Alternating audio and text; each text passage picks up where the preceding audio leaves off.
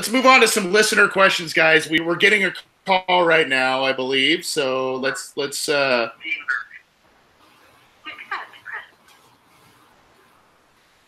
This is the Orange and Black Insider. Hi, who's this? This is Dean. Dean Burke. How are you, sir? Doing well. How are you? Doing all right. We're closing up the show here with a couple listener questions. You're our first caller in here. What can we answer for you? I wanted to know if the Bengals are getting it right starting Lance Johnson over Carl Lawson this year. I personally think Carl should be getting as many snaps as we can give him this year. But the Bengals kind of agree with me. I don't know what you guys think. Awesome. We'll take your question off the air. Good question. And for those, appreciate you calling, Dean. For those of you who maybe didn't hear that, he's asking about Carl Lawson getting more snaps than Michael Johnson. Michael Johnson got some significant snaps last year, but a lot of times he's kicked in inside for nickel packages and all that, and he was kind of effective there. Carl Lawson, to me, and he was kind of an under-the-radar guy in this preseason opener, but he was like in the backfield often, hitting quarterbacks, pressuring them, didn't get the sack, but was in there often.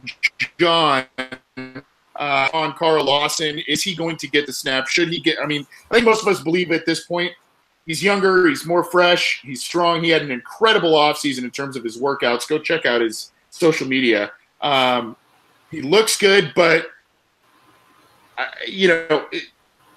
should he's had durability issues in college, so should he be trusted with a high amount of snaps with the Bengals? I think it's more about him handling run defense, and the Bengals have consistently had these, giant-ass edge defenders, typically base defensive end spots, and that's why Michael Johnson's been here for as long as he has, and why he's been on the field first on first down, and it gets in the base defense against primarily run looks. I think personally, run defense for edges is kind of overblown, and the narrative on it in the NFL is more strict than what it actually is. You just have to keep your outside arm clean in order to set the edge and just force runs back. And I think that Lawson over the offseason has improved dramatically in terms of upper body strength. And he is capable of doing that very simple task. Obviously, shedding blocks and maybe two gapping every now and then, that's obviously part of it. And that's a lot of quickness and hand placement with a lot of edge setting responsibilities. And yeah, maybe Johnson is further along in that department because he's obviously played a little bit longer. And Lawson, even though he was in the 3-point stance slot last year, doesn't have a lot of experience in that alignment as a run defender back in his Auburn days. So I think eventually it's not impossible for Lawson to become that, because a guy like Brandon Graham, who's built very similarly, he's one of the very best run defenders at the defensive end position, and he's 6'2", 260 with 32-inch arms. He's basically Carl Lawson's size. I think Lawson can eventually be there, but I don't think it's the end of the world if he only gets 50 to 55% of the defensive snaps this year, primarily as a pass rusher, because that's obviously where that's a lot more valuable than just being a 3-down player as a part of a run defender as well. As long as he's rushing the passer every chance that he can get on third downs and passing downs, I don't think it's really that important. Yeah, and we've seen the team use players that aren't necessarily doing in areas that aren't necessarily their biggest area of strength. So let him rush the quarterback. That's what he does best. The good news is he has earned more snaps than he got last year. So he will for sure get more snaps this year off the edge than last year. It's just a matter of how much. And in limited snaps last year, he had 8.5 sacks. So, hopefully he can hover around that total while other guys continue to step up and contribute in that factor as well. But good question there, Dean. Appreciate you calling. And you can, we'll try and take more calls, 949-542-6241. You can call or text and or leave your questions in the YouTube chat. Scott, I'll give this one to you. It's a text from Austin Tran. Do you think Joe Mixon will have a breakout year, kind of like Alvin Kamara and Leonard Fournette, with the revamped offensive linemen that the Bengals have? I think that is both Bengals driven and fantasy football driven in terms of the question there. So I'll leave that one for you there. Again, breakout year. He was a rookie with those guys last year. Mixon had some nice moments, but the offensive line, coupled with a concussion late in the year, kind of stunted his growth. So your thoughts, Mixon, obviously a great preseason, but he's no catch on the backfield. Yeah, I'm going to say short answer, yes. Long answer, yes. And the reason why both is, long, I guess given the long answer, more of an answer is, one is opportunity. Like I was saying earlier, the running back, they've got to get the opportunity to get the touches. Now with Jeremy Hill gone, Mixon seems to be the guy that's going to get those early down touches, get the goal line carries. He was pulled out. He missed out on a lot of touchdowns because he would, do some of the work to get down there, and then the ball would go to Jeremy Hill. Early in the season, he would get 2-3 carries a game, like the Pittsburgh game where he was gouging them, and then they're like, okay, we're yanking you out. We're going to play other guys. And just, sometimes his usage just made no sense last year. With Jeremy Hill gone, they really have no reason not to give him a higher volume of carries. He should be getting what he had last year plus the carries that Hill had. So extra carries, extra touches. I mean, he's consistently shown that, and we saw it last week, that he is a good receiver. He's not someone you have to pull out on a passing down. Gio is obviously also very good in that regard, but he's someone that should have a much bigger year than last year. I think he's being underdrafted at the end of the second round. With him, he's shown that he has the talent at Oklahoma, at Ohio State, at Oklahoma with the Bengals. He's obviously had the talent. He's had the ability. Last year, the problem was he got hit so many times in the backfield that he had to do all his work just to get from a negative 4-yard loss, or a positive 4, negative loss would be. Anyway, behind the line of scrimmage up to the line of scrimmage. This year, Billy Price can at least not get driven backwards.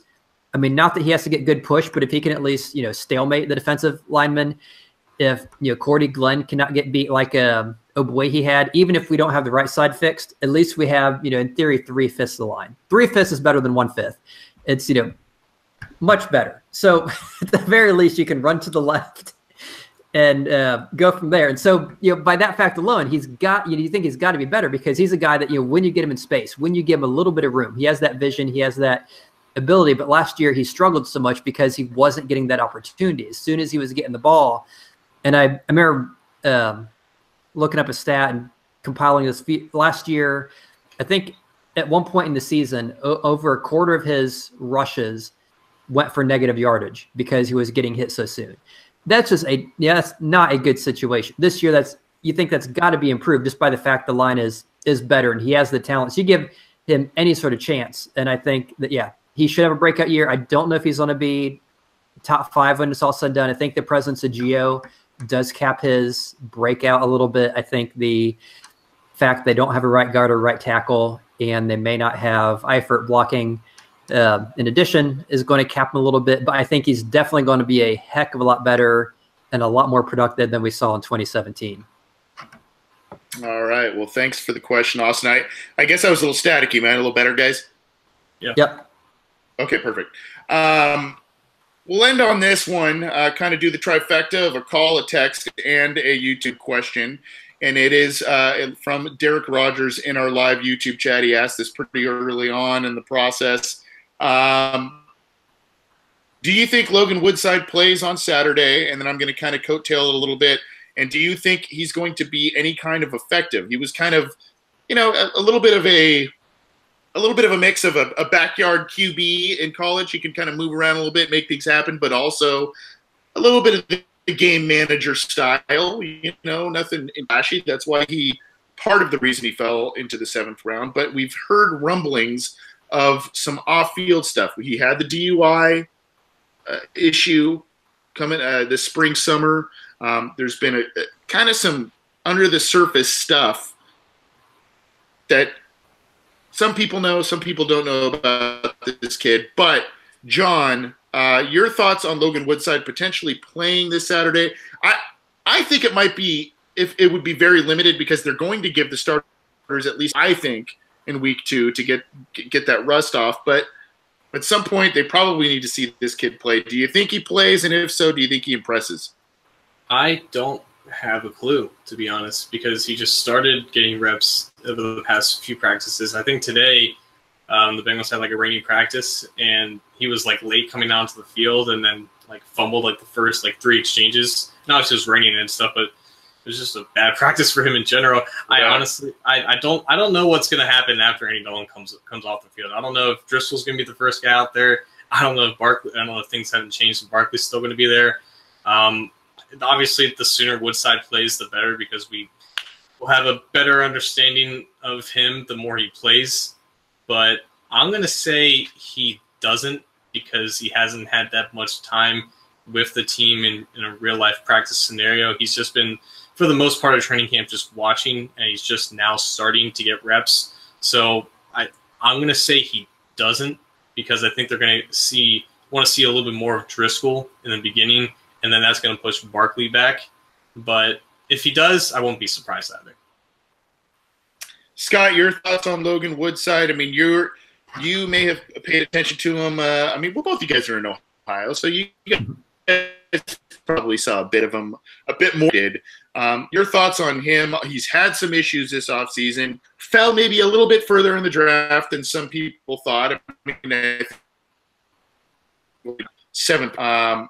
Your thoughts on him? Your thoughts on him playing against the Cowboys and how he might do should he get an opportunity?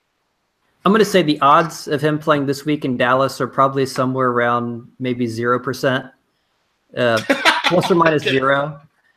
And the reason I say that is, as John mentioned, the starters are going to chew up more playing time. They're probably going to be at maybe 2 drives, maybe 3. So that's going to consume probably the first quarter or more. They're still trying to figure out who that number 2 quarterback is. So I think they're going to give both Barkley and Driscoll probably as much time as they can, just to, because they're still trying to figure out. I mean, if we kind of knew, if we had McCarron, we kind of knew, okay, here's our number 1, here's our number 2. I could see them doing, okay, Dalton first quarter, McCarron second, maybe third quarter, and then just whoever else in the fourth quarter. Because of McCarron's not on the team anymore. And yeah, because they don't have him, that's why I think Driscoll and Barkley are going to get extended playing time to, for the rest of the game, as they try to figure out who that second guy is. I think that's still an open battle. Yeah, I got you. Because of that, I think Woodside is someone, I don't think he's going to get much playing time. 1, because of that, and 2, because I think ultimately what they'll probably try to do is not put him in the field. I don't think he'll play to the 4th preseason game, and I would assume at that point the idea is, let's just not play him much. We're going to stick him on the practice squad, so the fewer times we show him to the rest of the teams with game film where people can watch him and see him, the better. We're just going to slide him on the practice squad, keep him there all year, and then next year we will figure out what we're doing. So I guess that's my thought. Unless they put him in for like the very last snap, maybe they want to have him fumble when he's taking a knee or something. But other than that, I think you're going to.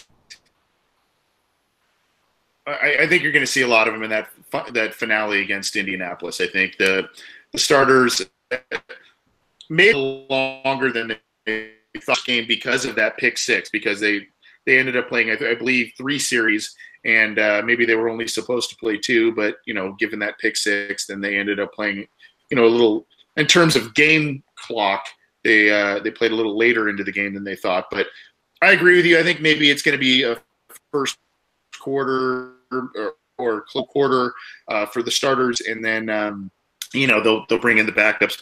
And then obviously they call preseason game 3 that dress rehearsal, so we may see about a quarter and a half to 2 quarters, and it all depends on how crisp everything is working as well, and how good these guys look. So that's going to depend on that. But I think the finale is going to be against the Colts there. It's going to be Driscoll, it's going to be Barkley, and it's going to be Woodside. And I think they also don't want to show the Colts too much in that finale, because they play them just 1 week later for the opener. So they don't want to tip their hat too much as to what they're doing, especially on offense. So good stuff, guys. Thanks for all the questions. Sorry we couldn't get to too many more. We're running up against it, but we did get a call, a text, and a YouTube chat question in, so we're excited to do that. Thanks so much for participating. You can get this program on SoundCloud, iTunes, YouTube, and CincyJungle.com, and a number of different ways to get in touch with the program.